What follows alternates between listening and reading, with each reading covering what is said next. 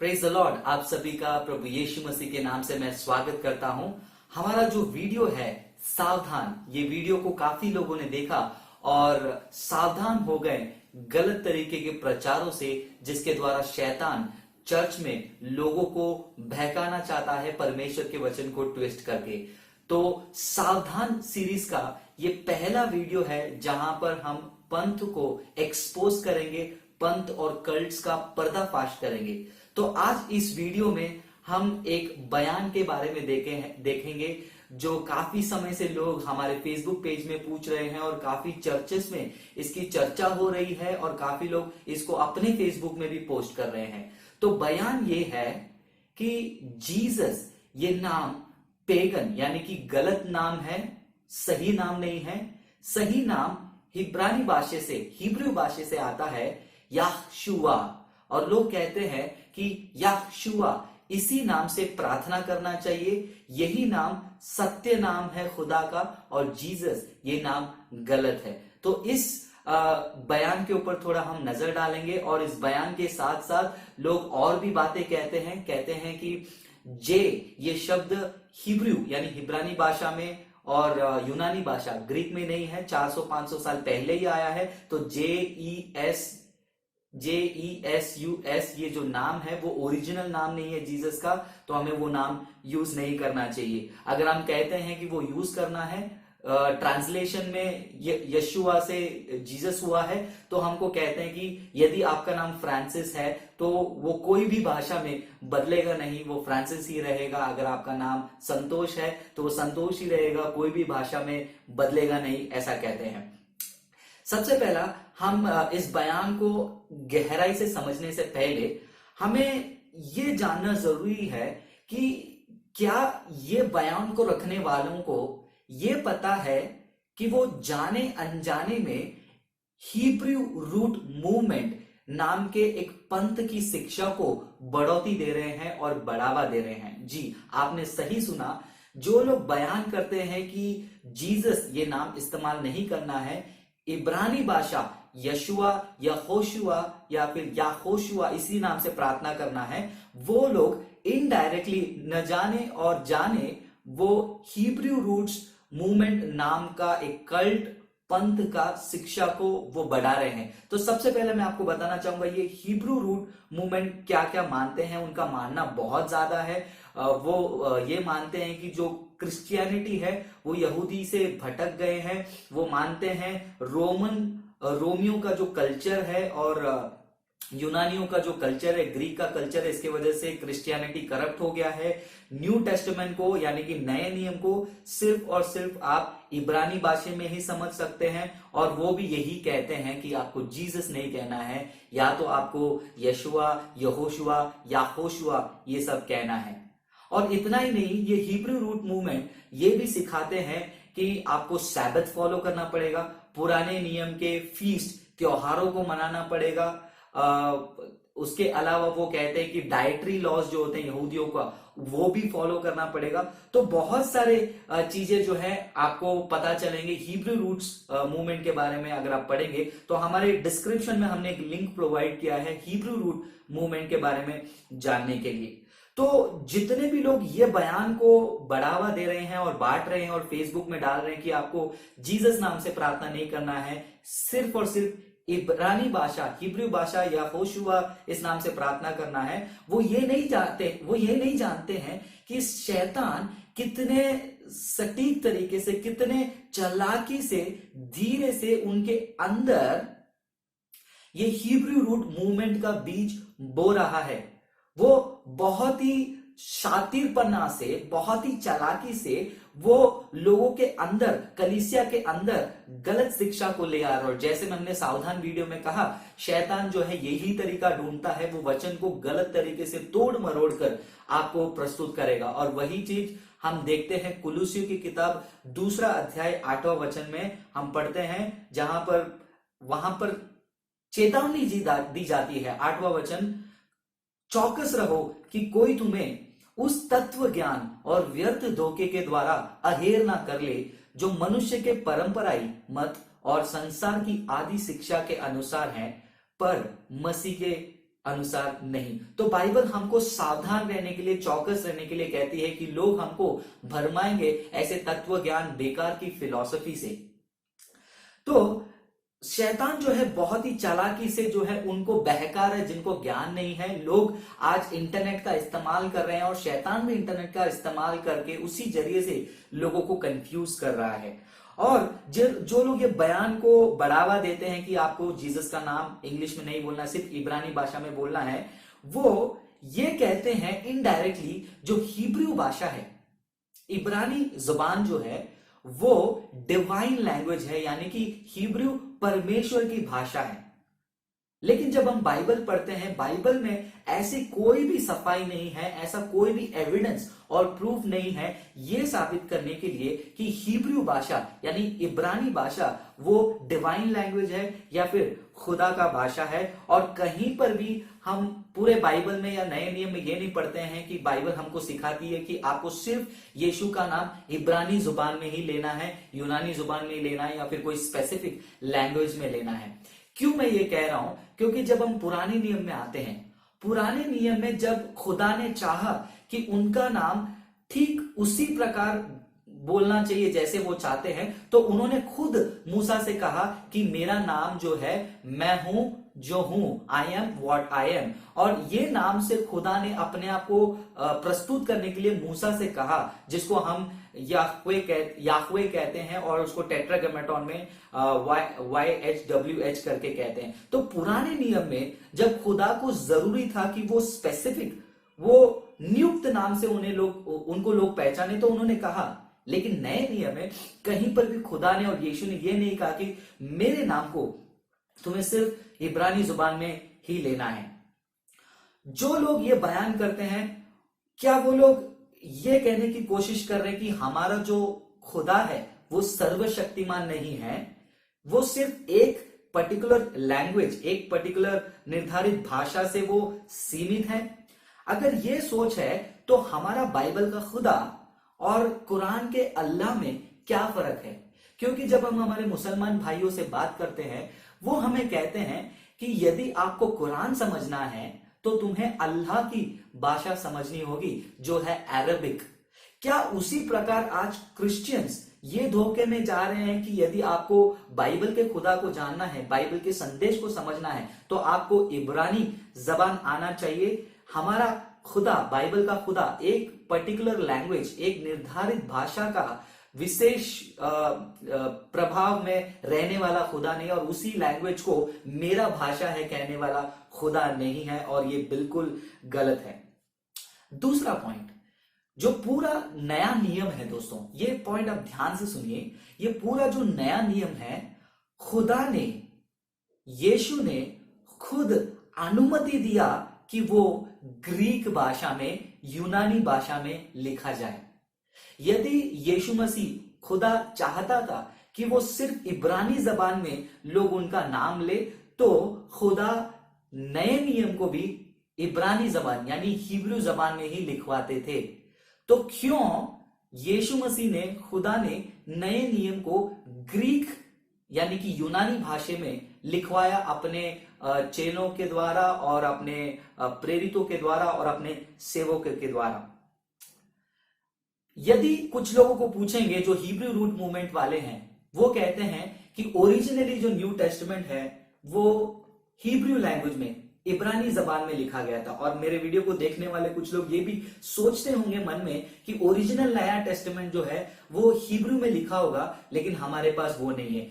बहुत बड़ी गलती कर रहे हैं यदि आप ये सोच में हैं, क्योंकि ऐतिहासिक रूप में जब हम देखते हैं तो हमारे पास 5000 से भी ज्यादा ग्रीक यूनानी हस्तलिपि मैन्युस्क्रिप्ट है जो नया नियम का है।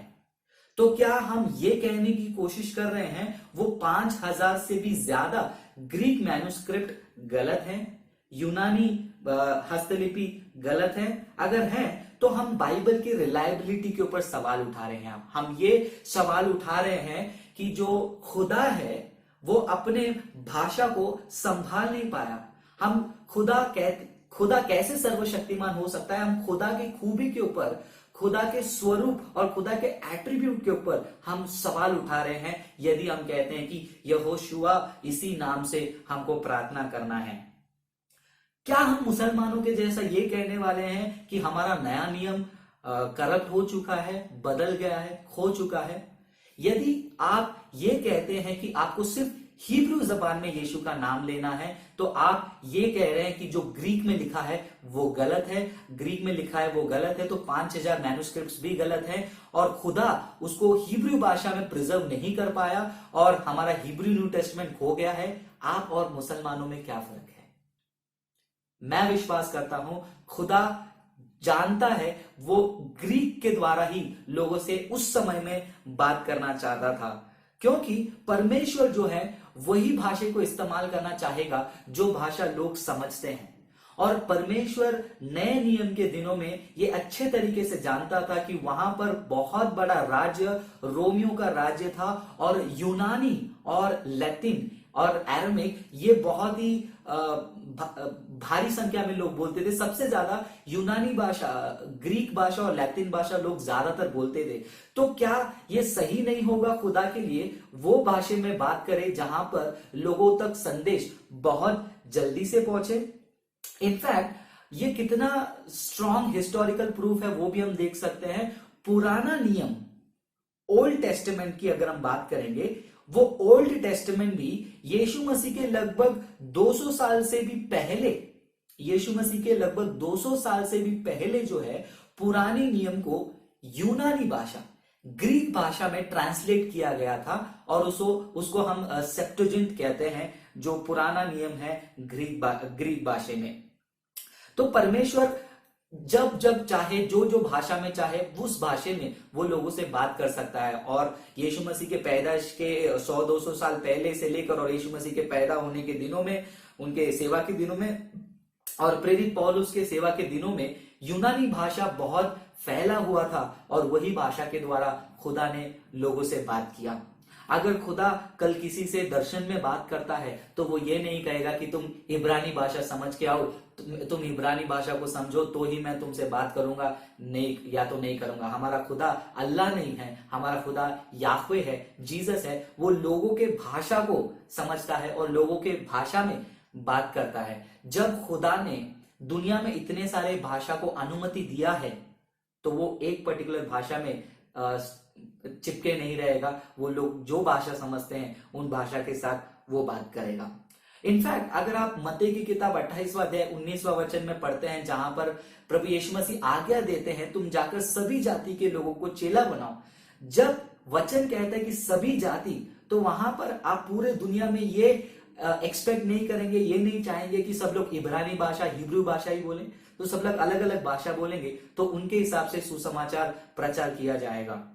इनफैक्ट कुछ लोग कहते हैं कि नया नियम जो है हिब्रू में लिखा होगा। सोचकर देखिए, यदि अगर नया नियम इब्रानी भाषा में लिखा होता तो वहां पर लॉजिकल प्रॉब्लम्स क्या क्या आते हैं। पॉल जो है उन्होंने पत्र लिखा थेसलोनिका को और फिलिपियों को। जब थेसलोनिका और फिलिपियों ग्रीस के आसपास आता है और रोमन एम्पायर के कंट्रोल में है, उनमें उनका जो है मदर टंग हिब्रू वगैरह नहीं है, तो भला वैसे कलीसियाओं को, वैसे शहरों को प्रेरित पॉल क्यों हिब्रू भाषा में लिखेंगे? तो ऑफ कोर्स ये मैं मानता हूं नया नियम जो है ग्रीक भाषा में लिखा गया है। तो जो लोग बयान करते हैं कि आपको हिब्रू में ही यहोशुआ बोलना है, तो आप लोग हमें ग्लोरी अपॉलोजेटिक्स को और मुझे पर्सनली आप इब्रानी भाषा का नया टेस्टामेंट लाकर दिखाइए। इसका कोई भी सबूत नहीं है। इंटरनेट में मिलने वाली चीजों को सिर्फ हमको अपने वॉल में कॉपी पेस्ट नहीं करना चाहिए। और सबसे बड़ी इंपॉर्टेंट चीज मैं आपको बताना चाहूंगा, ये जो नाम है जीसस, उसका हिब्रू एरामिक ओरिजिनल नाम देखोगे तो वो है यशुआ। मैं दोबारा दोहराता हूं, जीसस का हिब्रू और एरामिक नाम जो है वो है यशुआ।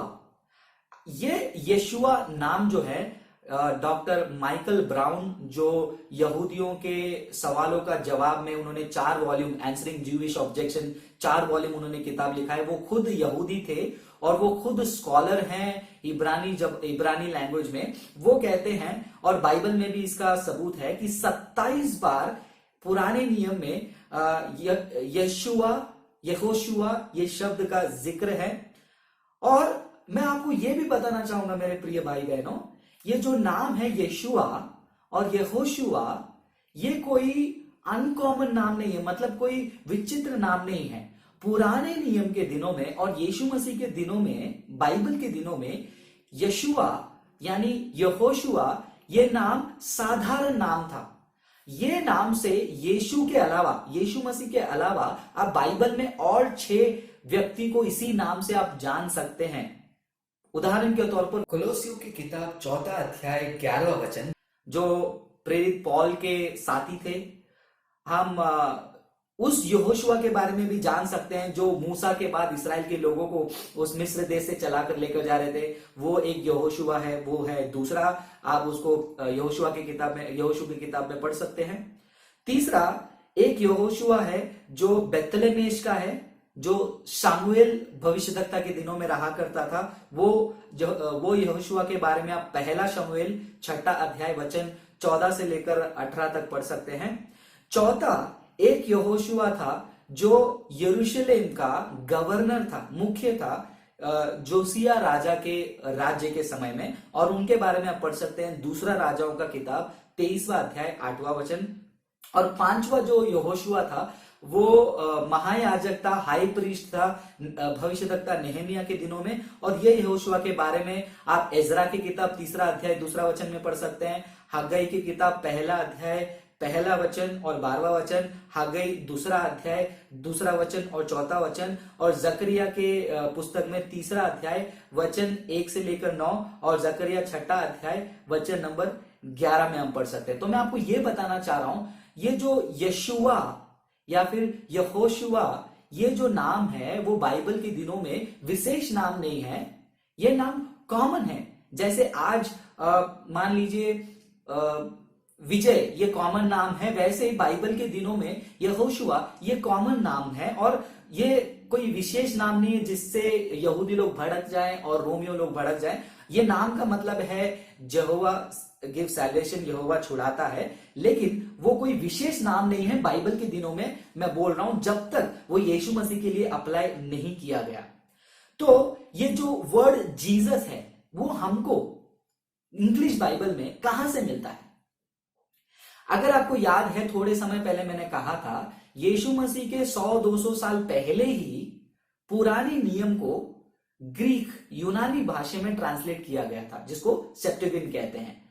जीसस ये नाम हमको ग्रीक शब्द IESOUS, I के ऊपर डैश SOUS, यीशुस, ये यूनानी शब्द से मिलता है। और ये शब्द यीशुस हमको पुराने नियम में भी मिलता है।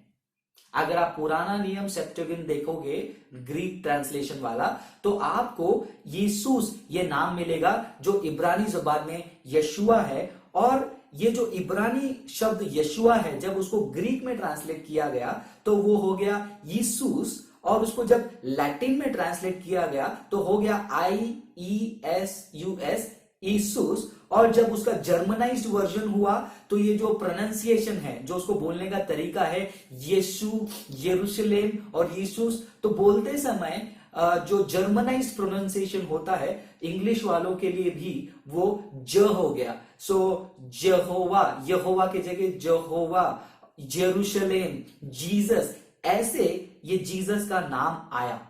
लेकिन जो कहते हैं याहशुआ, ये जो पहला जो शब्द है याह, वो याहवे से आया है। मैं आपको ओपन चैलेंज देता हूं इस वीडियो में, इब्रानी जबान में से कोई ये प्रूफ करके दिखा दे पुराने सेप्टुअगिंट में ये जो याह ये वाला जो शब्द है बाकी के यशुआ या फिर यहोशुआ के नाम से साथ में जोड़ा गया है या नहीं। मैं दोबारा दोहराता हूं, पुराने नियम में जीसस इसका हिब्रू नाम है यशुआ या फिर यहोशुआ, लेकिन लोग जो आज कहते हैं याहशुआ, क्योंकि याहवे से आता है, इसका कोई प्रूफ नहीं है। जो लोग जबरदस्ती इस नाम में याह जोड़ना चाहते थे उन्होंने याह जोड़ दिया। अगर आपको हिब्रू भाषा आता है नहीं आता है तो बाइबल स्वॉर्ड या स्वॉर्ड बाइबल करके एक सॉफ्टवेयर है, उस सॉफ्टवेयर को डाउनलोड कीजिए, केजेवी वर्जन में जाइए, वहां पर एक एक शब्द को आपको ग्रीक में और हिब्रू में देखने मिलेगा। तो याह शुआ ऐसा कोई भी शब्द नहीं है, ये झूठा बनाया गया है। ओरिजिनल नाम अगर आपको जानना है हिब्रू और अरेमिक में वो है यशुआ, और उस यशुआ उस शब्द को हमने देखा 5 जगहों में, पुराने नियम में कहां आता, 4 जगह में कहां पर आता और नए नियम में एक जगह पे कहां पर आता है। वही यशुआ नाम, यहोशुआ नाम यूनानी शब्द में IESOUS ईसूस के नाम पे आया, लतीन में IESUS आया और उसको प्रोनाउंस करने के इंग्लिश में आया JESUS। और लोग जो कहते हैं जो 400 साल पहले 500 साल पहले ही जे आया, उससे आपका कोई भी फर्क नहीं पड़ता है, नाम का जो मतलब है वो वही रहता है। और एक और चीज मैं आपको बताने की कोशिश करूंगा, यदि आप सेमेटिक लैंग्वेज को समझते हैं, यानी कि जो ये भाषाओं का अंतर समझते हैं, अगर नहीं समझते हैं तो रिसर्च करने वालों के लिए मैं कहता हूं, मैं क्यों कह रहा हूं कि ये जो शब्द है यशुआ के आगे नहीं है, जानबूझ के जोड़ा गया है कुछ लोगों के जबरदस्ती के कारण। जब यूनानी भाषा में पुराने नियम को अनुवाद किया गया था हिब्रू शब्द से, तो जो ग्रीक ट्रांसलेटर्स हैं उन्होंने कहीं पर भी यशुआ या फिर यहोशुआ के नाम के आगे याह ये जोड़ने का परिश्रम भी नहीं किया और उसका कोई भी हिंट आपको मिलेगा नहीं। और जब पेशिटा ट्रांसलेटर्स ने जब सीरियाक में ट्रांसलेट किया या फिर दूसरे भाषा में ट्रांसलेट किया, इवन उनके ट्रांसलेशन में भी जब हम देखते हैं वो याह का शब्द का कोई भी प्रूफ नहीं है। तो दोस्तों मैं आपको कहना चाहूंगा, ये जो बयान करते हैं आपको सिर्फ याशुआ के नाम से ही प्रार्थना करना है। सबसे पहला याशुआ, इस नाम का कोई प्रूफ नहीं है, ओरिजिनल नाम है यशुआ या फिर येशुआ। अगर आप इस नाम से प्रार्थना करना चाहते हैं कोई दिक्कत नहीं है, कोई गलत नहीं है, लेकिन आप कहना चाहेंगे यही खुदा का सही नाम है और जीसस गलत है, वो बहुत गलत है। आप जो है खुदा को कैद करने की कोशिश कर रहे हैं एक भाषा में और कह रहे हैं कि खुदा को समझना है, हिब्रू समझना पड़ेगा, जैसे मुसलमान कहते हैं अरबिक समझना पड़ेगा। और इससे एक और स्ट्रॉन्ग प्रूफ मैं आपको दिखाना चाहूंगा कि क्या वाकई में यीशु के दिनों में लोग यीशुस इस नाम से पहचानते थे। तो आप पढ़ सकते हैं यूहन्ना की किताब में 19वां अध्याय वचन 19 से लेकर 20, यूहन्ना की किताब 19वां अध्याय वचन 19 से लेकर 20, जहां पर यीशु मसीह को सूली पर चढ़ाने के बाद पिलातुस ने उनके सूली के ऊपर एक बोर्ड रखा जहां पर 3 भाषाओं में यीशु मसीह के बारे में लिखा गया था कि ये यहूदी का राजा है। तो वहां पर हिब्रू में भी लिखा गया था, वहां पर ग्रीक में भी लिखा गया था और लैटिन में भी लिखा गया था। तो वहां के लोग पढ़कर समझ सकते थे यहां पर यीशुस लिखा है और लैटिन में यीशुस लिखा है। उस समय में किसी ने ऑब्जेक्शन नहीं उठाया कि कैसे जीसस का नाम ग्रीक में यीशुस हो गया और जीसस का यशुआ का नाम लैटिन में यीशुस हो गया। ये किसी ने ऑब्जेक्शन नहीं उठाया, क्योंकि उन दिनों में लोग समझते हैं कि ट्रांसलेशन, अनुवाद किस प्रकार होती है। आज जो लोग कहते हैं यदि मेरा नाम फ्रांसिस है तो मराठी में भी फ्रांसिस होगा, तेलुगु में भी फ्रांसिस होगा, क्योंकि आज हम उस नाम को उसी नाम से जानने की कोशिश करते हैं। लेकिन बाइबल के दिनों में हम जाएंगे, मूसा का नाम जो है मूसे है और यूनानी भाषा में आएंगे मूसेइस है। अगर आप आज यरूशलेम कहते हैं, जेरूशलेम कहते हैं, लेकिन एक्चुअल में अब इब्री भाषा में जाएंगे वो यरूशलेम है। तो क्या हम वही चीजों को आज प्रोनाउंस कर रहे हैं? नहीं, भाषा के साथ हम उसको ट्रांसलेट कर रहे हैं, लेकिन मतलब को हम सेम रख रहे हैं। लास्ट चीज मैं आपको एक कहना चाहूंगा मेरे भाई बहनों को, power of the name is not in its pronunciation. नाम का जो ताकत है, नाम का सामर्थ, वो किस तरीके से बोला जाता है उसमें नहीं, बल्कि वो नाम किसका है उसमें सामर्थ्य है। यदि मैं याहोशुआ कहूं, याहोशुआ कहूं, यशुआ कहूं या जीसस कहूं, लेकिन ये नाम यदि किसी और व्यक्ति का है तो उसमें कोई फर्क नहीं पड़ेगा। लेकिन जिस जिस खुदा की ओर दर्शा के मैं जीसस भी बोलूं या फिर मैं तमिल में यीशु भी बोलूं तो पंजाबी में यस्सु भी बोलूं, उसमें सामर्थ्य है। और जो लोग भाषा को नहीं समझते हैं, बाइबल को नहीं समझते हैं, वो गलत प्रचार करते हैं। तो जितने लोग यहाँ पर कंफ्यूज है, मैं आपको कहना चाहूंगा आप बिंदास यीशु के नाम से प्रार्थना कीजिए, जीसस के नाम से प्रार्थना कीजिए, यीशु के नाम से प्रार्थना कीजिए। तुम्ही तुम्हाला सांगू शकतो, यदि तुम्हाला प्रार्थना करायचे तुम्ही येसूच्या नावाने प्रार्थना करा. உங்களுக்கு வந்து ஜெபம் பண்ணணும்னா நீங்க இயேசுவின் நாமத்துல ஜெபம் பண்ணுங்க. यदि if you want to pray in the name of Jesus, pray in the name of Jesus. आप कोई भी भाषा ले लो, जीसस, यीशु, यस्सु, यीशु, यीशु, वो एक ही खुदा को दर्शाता है जो हमारा उद्धार करता है, हमारा मुक्तिदाता है, हमारा सृष्टि करता है, वो है हमारा प्यारा यीशु मसीह। वो आपसे प्रेम करता है। लेकिन हाँ, उसी समय में बाइबल में हमको चेतावनी मिलती है। रोमियो की किताब 16वां अध्याय वचन 17 और 18 में ये चेतावनी है, अब हे भाइयों, मैं तुमसे विनती करता हूं कि जो लोग उस शिक्षा के विपरीत जो तुमने पाई है, फूट पड़ने और ठोकर खाने के कारण होते हैं, उन्हें ताड़ लिया करो और उनसे दूर रहो, क्योंकि ऐसे लोग हमारे प्रभु यीशु मसीह के नहीं परंतु अपने पेट की सेवा करते हैं और चिकनी चुपड़ी बातों से सीधे साधे मन के लोगों को बहका देते हैं। तो ये सावधानी का वचन है। बाइबल में लिखा गया है कि ऐसे डिवीजन लेकर आने वाले, कलीसिया को तोड़ने वाले लोग आएंगे और शैतान उन्हीं को इस्तेमाल करता है। इसीलिए मैं हर बार आपसे कहता हूं, आप सावधान रहिए कि और चौकस रहिए, कोई आपको बेकार की बातों में उलझाकर सच्चे परमेश्वर से दूर ना लेकर जाए और हिब्रू रूट मूवमेंट जैसे कल्ट में आपको घुसा ना जाए। और आगे चलकर जो लोग बयान कर रहे हैं कि आपको यहोशुआ के नाम से ही करना है, वो लोग जल्दी ऐसे पंथ में फंस जाएंगे और बाहर निकलने के लिए उनके पास रास्ता नहीं होगा। तो सावधान रहिए दोस्तों।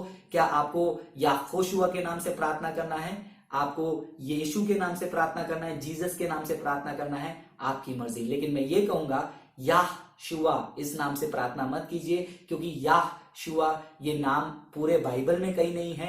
यशुआ है, येशुआ है और जीसस है। ये नाम से प्रार्थना कीजिए। आप सच्चे यीशु से प्रार्थना कर रहे हैं। और जितने लोग कंफ्यूज है, प्रार्थना कीजिए, सावधान रहिए और ये वीडियो को बहुत सारे लोगों के साथ शेयर कीजिए ताकि वो सत्य को जाने और सत्य उनको छुटकारा देगा। अगले वीडियो में एक और पंथ का हम खुलासा करेंगे और डिटेल में जानेंगे। तब तक प्रार्थना कीजिए हमारे ग्लोरी अपॉलोजेटिक्स मिनिस्ट्री के लिए और हमारे सेवकाई की बढ़ोतरी के लिए भी आप प्रार्थना करते रहिए। प्रभु आप सभी को आशीष करे और हाँ, सावधान रहें।